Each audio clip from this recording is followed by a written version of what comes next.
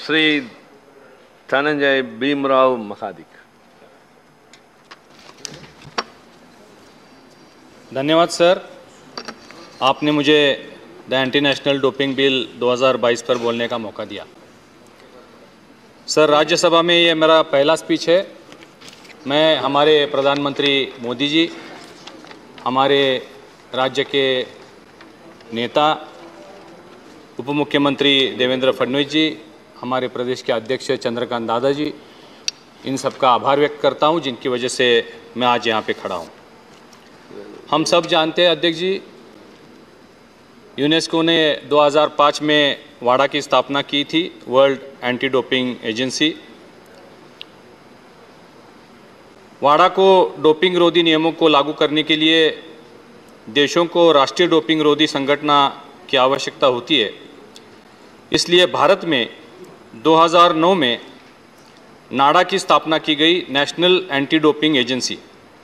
ये इसकी स्वतंत्र रूप से स्थापना की गई थी।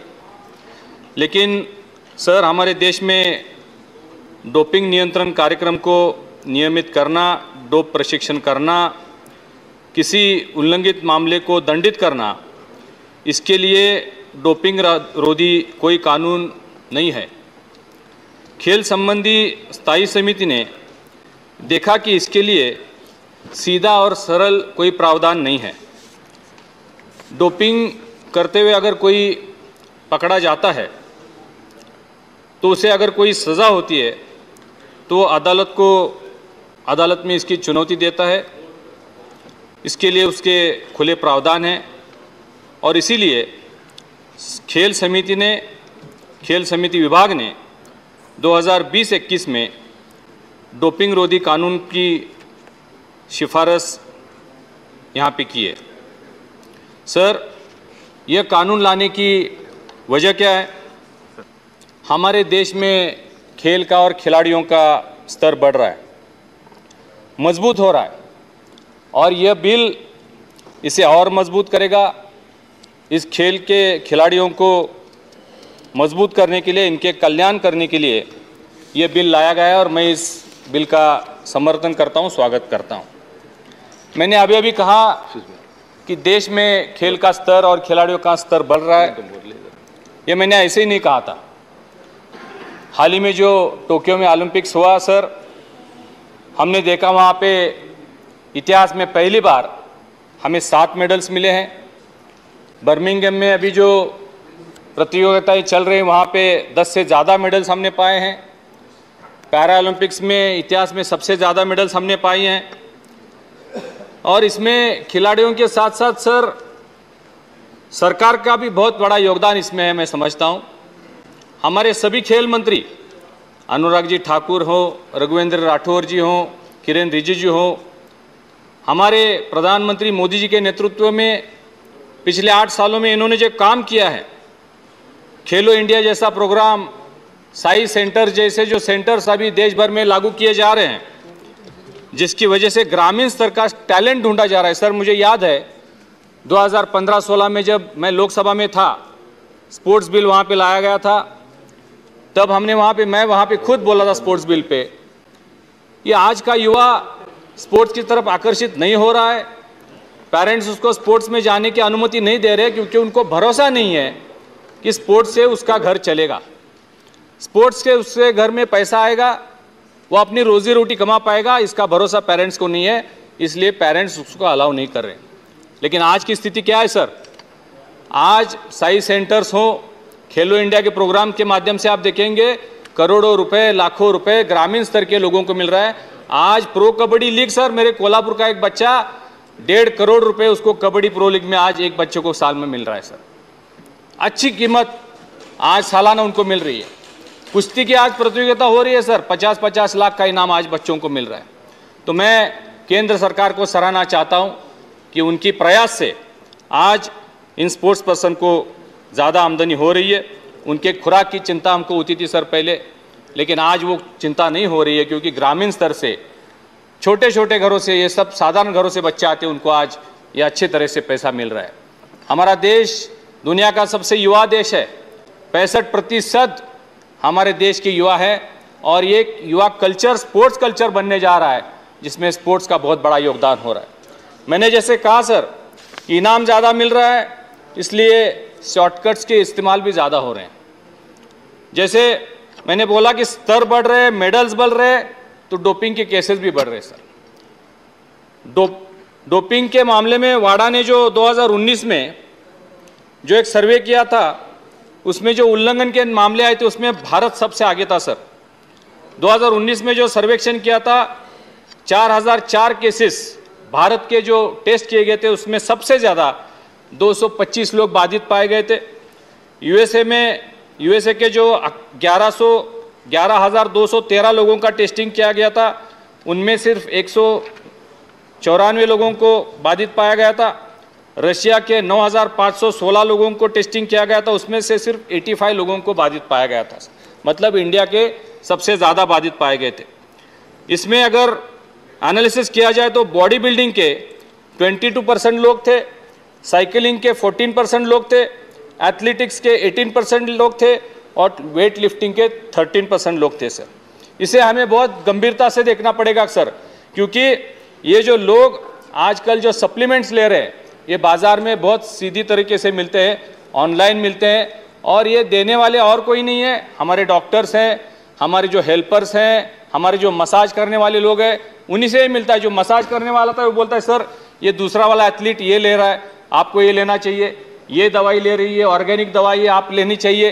ये बहुत सरल तरीके से मिलते हैं, और उसका एक नया नाम भी आया, ऑर्गेनिक दवाई है, ऑर्गेनिक है, आयुर्वेदिक है, और इसी के नाम पे ये कालाबाजारी होती है और उसको एथलीट को या उसको पता भी नहीं चलता है। मैं सरकार से अनुरोध करता हूँ कि स्पोर्ट्स पर्सन के साथ साथ सर मंत्री जी, हमें कोचेस को भी, टीम स्टाफ को भी, डॉक्टर्स को, चिकित्सक को और मसाजर्स को भी शिक्षा और सूचनाएं देने की आवश्यकता है सर।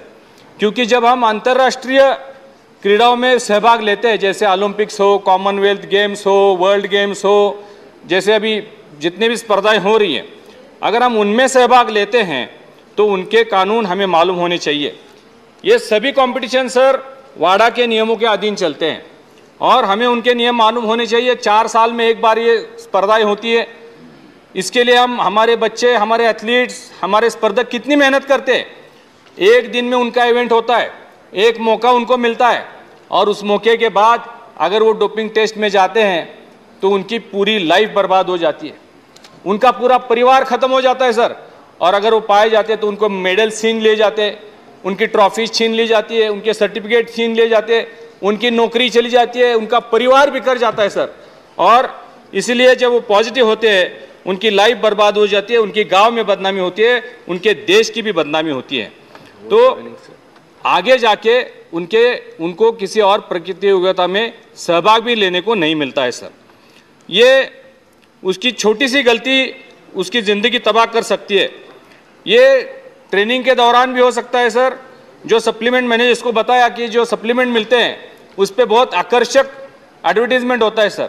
अगर आप ये सप्लीमेंट लेते हो तो आपका बाइसेप 24 इंच का हो जाएगा, आप सप्लीमेंट लेते हो तो आपके 6 पैक्स ऐप हो जाएंगे। ये सारे सप्लीमेंट बहुत अट्रैक्टिव होते हैं और अननोइंगली ये हो सकता है, उस पर लिखा होता है वाडा अप्रूव्ड होता है, नाडा अप्रूव्ड होता है। तो इस पर भी मंत्री जी ध्यान देने की आवश्यकता है, मैं समझता हूँ, क्योंकि ये सारे स्टेरॉइड्स होते हैं। इसमें वेट गेन का भी एडवर्टाइजमेंट होता है। एनर्जी ड्रिंक्स हमारे बच्चे लेते हैं क्योंकि उनको एनर्जी की आवश्यकता होती है, इस पर ध्यान देने की ज़रूरत होती है। और मैं समझता हूँ कि ये कोई एथलीट जानबूझकर या कोई स्पर्धक जानबूझकर नहीं लेता, इसे धोखे से भी दिया जा सकता है, क्योंकि इसमें राजनीति भी होती है। राजनीति सिर्फ हमारे इसमें नहीं होती, खेल में भी बहुत राजनीति होती है, इसे भी हमें समझने की ज़रूरत होती है। और इसलिए इस बिल में यह बहुत महत्वपूर्ण प्रावधान है कि उसे अगर धोखे से कुछ दिया जाता है तो उसे अपील करने का मौका मिलता है, क्योंकि इसमें बहुत खान पान पे बहुत ध्यान देने की ज़रूरत होती है। मैं सर स्पोर्ट्स फैमिली से बिलोंग करता हूँ, मैं कोल्हापुर से आता हूँ। हमारे यहाँ पे कुश्ती का, सभी खेलों में हमारे यहाँ पे बहुत बड़ा कल्चर है सर।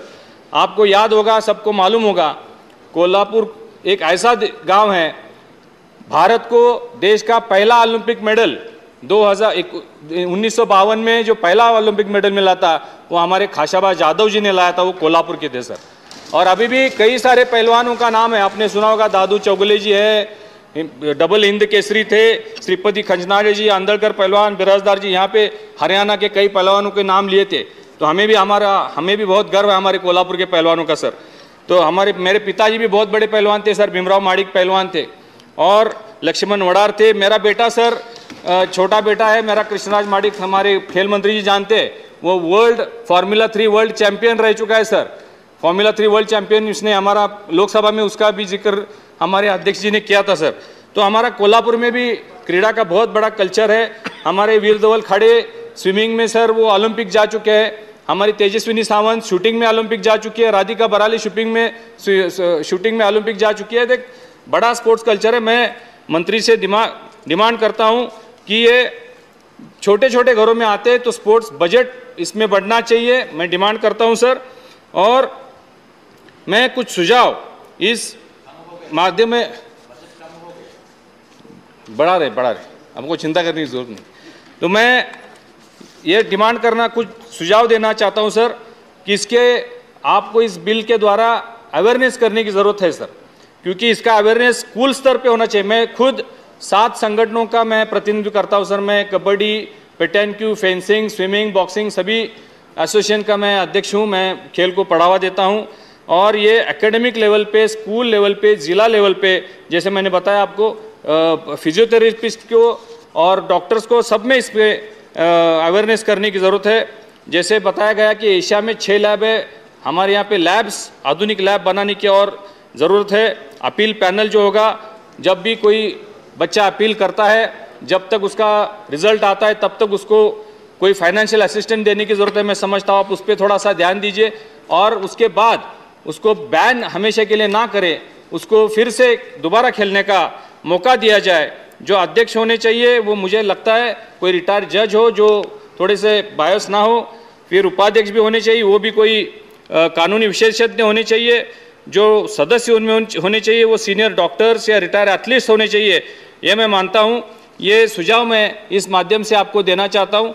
आपने मुझे बोलने का मौका दिया, धन्यवाद सर। मैं भी खुद एक नेशनल रेसलर रह चुका हूँ, नेशनल बॉक्सिंग चैंपियन रह चुका हूँ सर। मुझे बोलने का मौका दिया, बहुत बहुत धन्यवाद सर। Thank you. बहुत धन्यवाद धनंजय जी।